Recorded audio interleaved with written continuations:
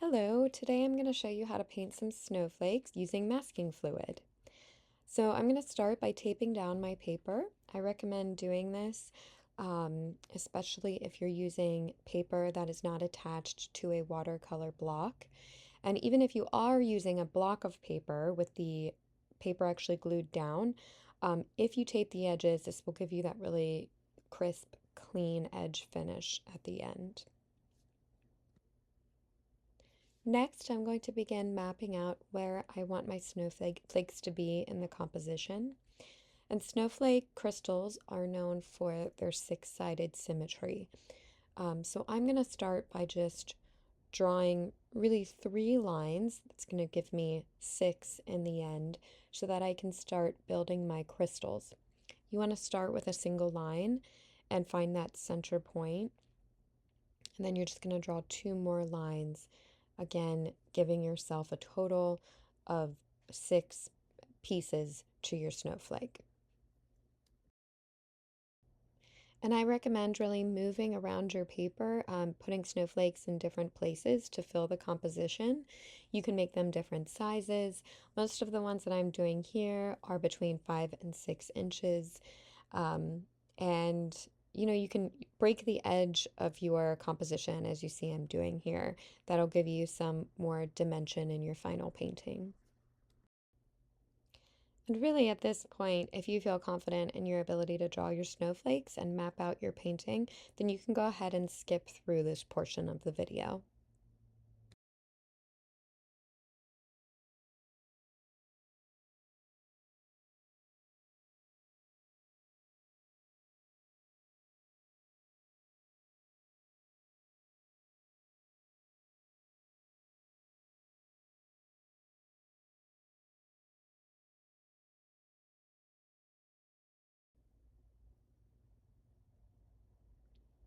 So here on this one, I just wasn't quite happy with the symmetry of my snowflake. So I'm just erasing it and redrawing my lines.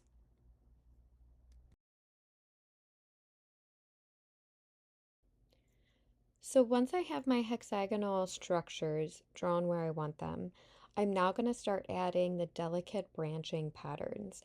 And you can look at images online if you want to of snowflake structure, or you can just make it up as you go. I tend to just kind of make mine up. I start out with like some stars, and then you'll see that I just start branching off and making sure that I am maintaining that radial symmetry throughout. And again, at this point, if you feel confident in your ability to draw snowflakes, or if you want to just fast forward to the portion of the video where you can see exactly what I did, go ahead and do so. This is really one of the more time-consuming parts of the video, so feel free to follow along with what I'm doing, or just go on and start creating your own snowflakes using your pencil at this point. And actually, the next voiceover portion of this video is not until I start adding the masking fluid. So if you do want to follow along and watch me draw all the branching patterns for my snowflakes, certainly do that. But don't worry about listening. There's no more voiceover until we get to the next step.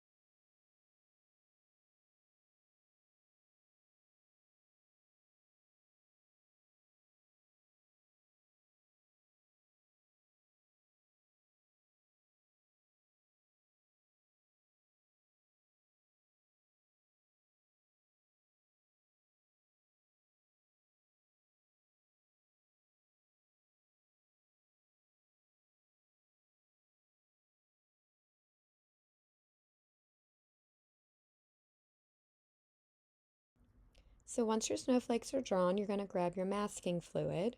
I'm using Winsor Newton clear masking fluid, and it is removable. So I'm just going to use really a pretty cheap brush that I have. It's a flat brush, and it's a pretty hard brush. And I'm just going to use this to follow all of my drawn lines.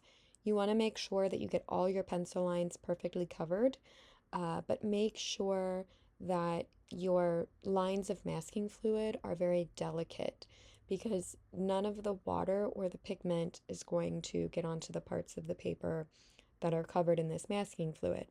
So you want to make sure that your lines of masking fluid are very delicate, that they're as delicate as your pencil lines. At this point in the video, I did speed it up to 2 times the real speed, just so that you can watch as I fill in all of my lines. But just know that this will take about twice the amount of time that you're watching me do it. And just as with the last part of the video, I'm actually not going to do any more voiceover until we move on to the next step, which is painting. So if you feel like you need to watch the rest of this portion to see how I'm applying the masking fluid, certainly go ahead and do that, or you can skip on to the next phase.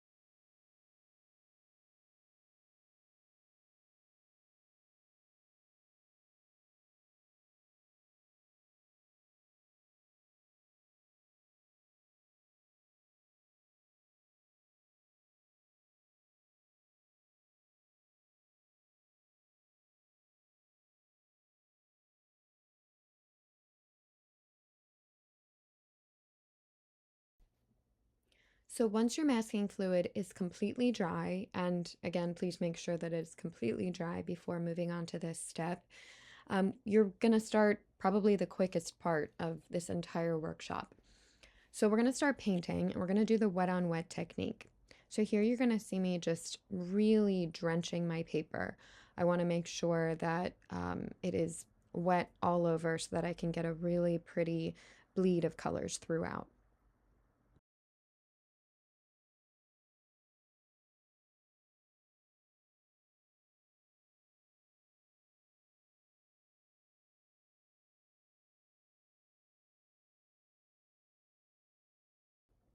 And it may look here like I am just re-wetting parts of my paper, but I'm not. I'm trying to make sure that the water is evenly distributed, and I want to make sure that I really get the paper wet around all of my masking fluid.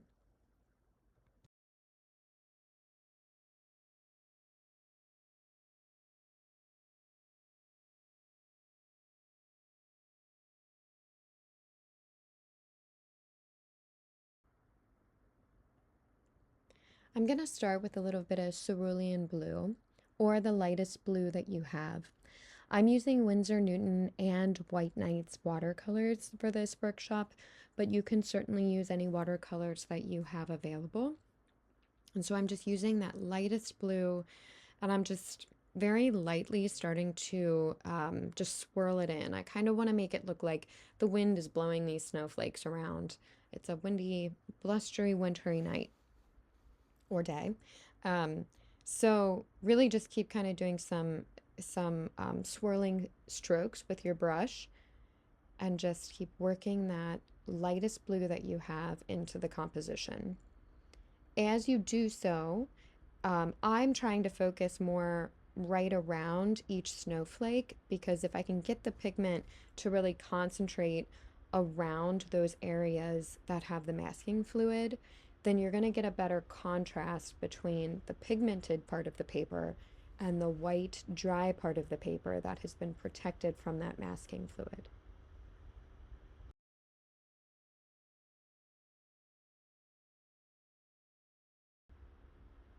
So as I go here, I'm just adding more of that really light blue, continuing to wash it in and let it bleed out organically.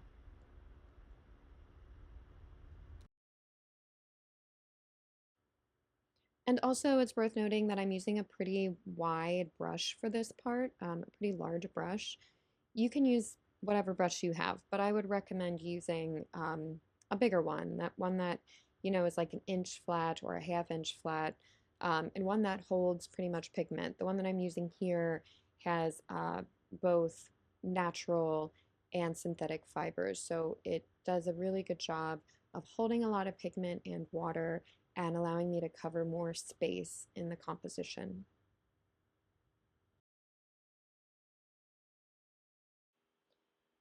So we want to work from our lightest color to our darkest. So next I'm going to grab just a more vibrant and a deeper pigment of a deeper shade of blue. So I would recommend either using a Winsor blue or a cobalt blue, something that is bright. There's also French ultramarine. You can mix them all together if you want to. But again, kind of concentrate that color around each snowflake and you can swirl it into your composition. Try to leave some parts of your composition really light or almost white. So you can see again how I am focusing this pigment in specific areas, really around those snowflakes.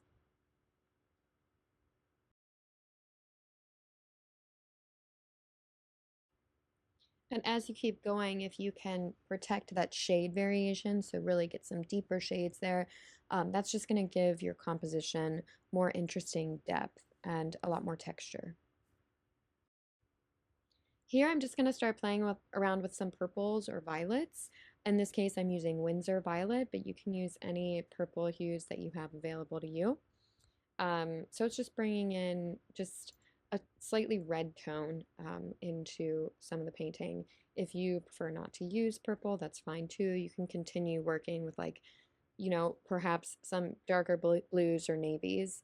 You could even just try adding in a little bit of red to create a purple using your blue and red.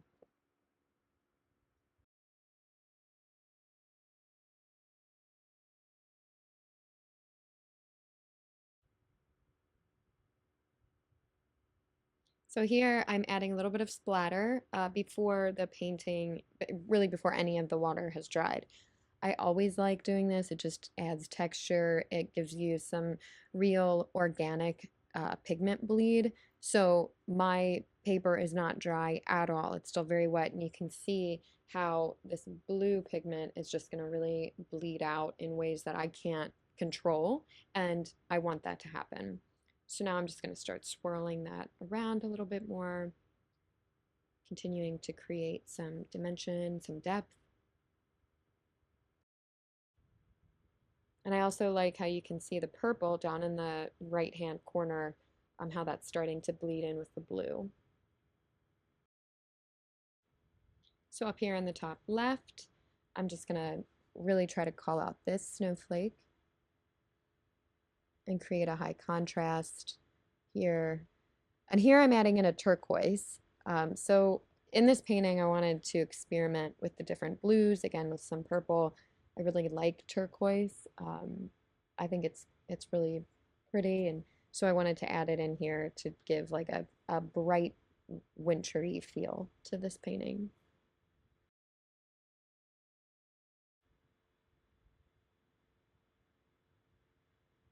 And you can have fun with just dropping some of that color in to different areas on your painting, see what happens. Don't get too scientific with it, just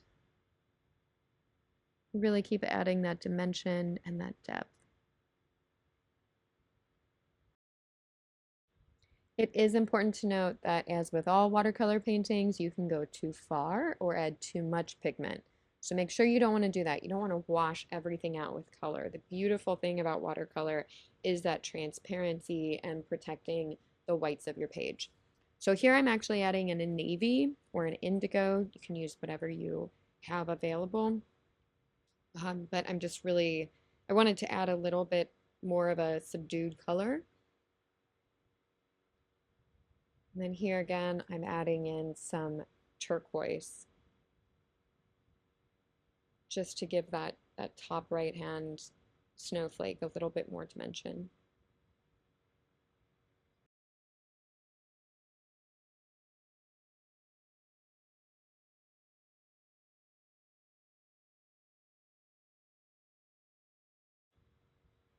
This is some French ultramarine that I'm adding into my bottom right hand corner snowflake. And again, it's just about adding those layers. As with all watercolor, adding your darker layers on top of your lighter ones. I added a little bit of violet into my French ultramarine so that I'm getting even more of a color mixture there.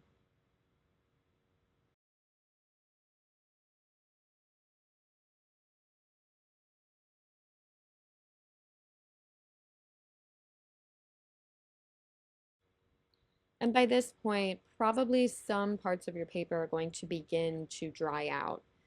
So make sure you don't drop any pigment into areas that might be completely dry. But as portions start to dry out, you can add even more pigment to those areas, and you can control it a little bit better. So as I'm going here, you can see that the pigment is not bleeding out as much as it was before, simply because there's less water on the page.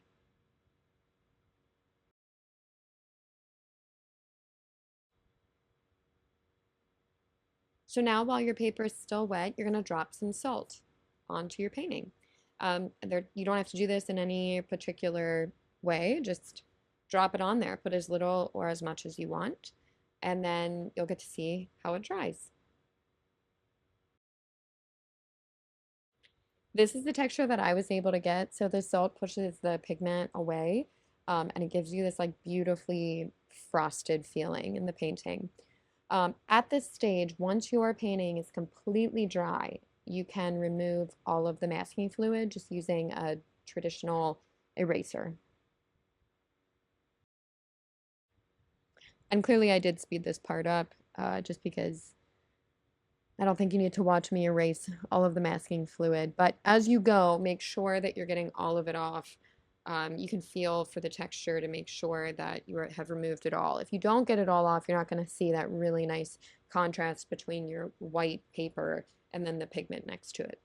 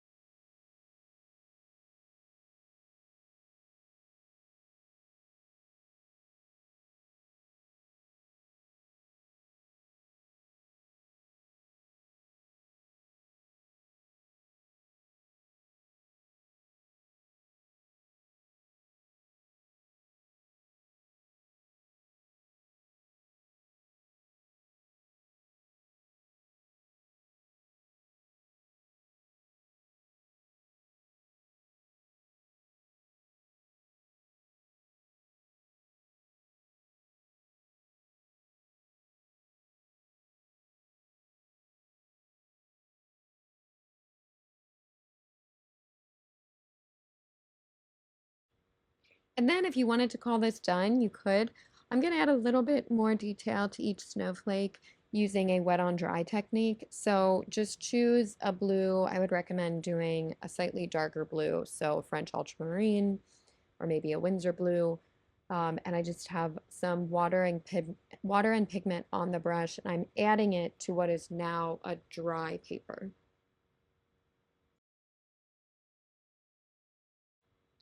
I really don't think you have to get too detailed with this. Again, you can just see how I'm quickly adding it in to all of the radiating delicate details of each snowflake, but it's a pretty quick process, so don't get too caught up in it.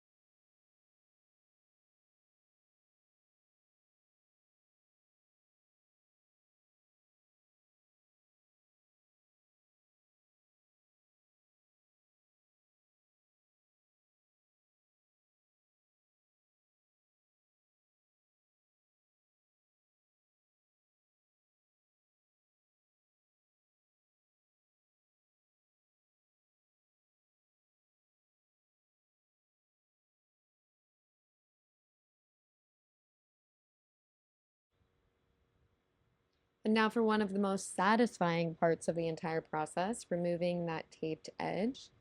So you can see how clean That edge really is. It's so pretty.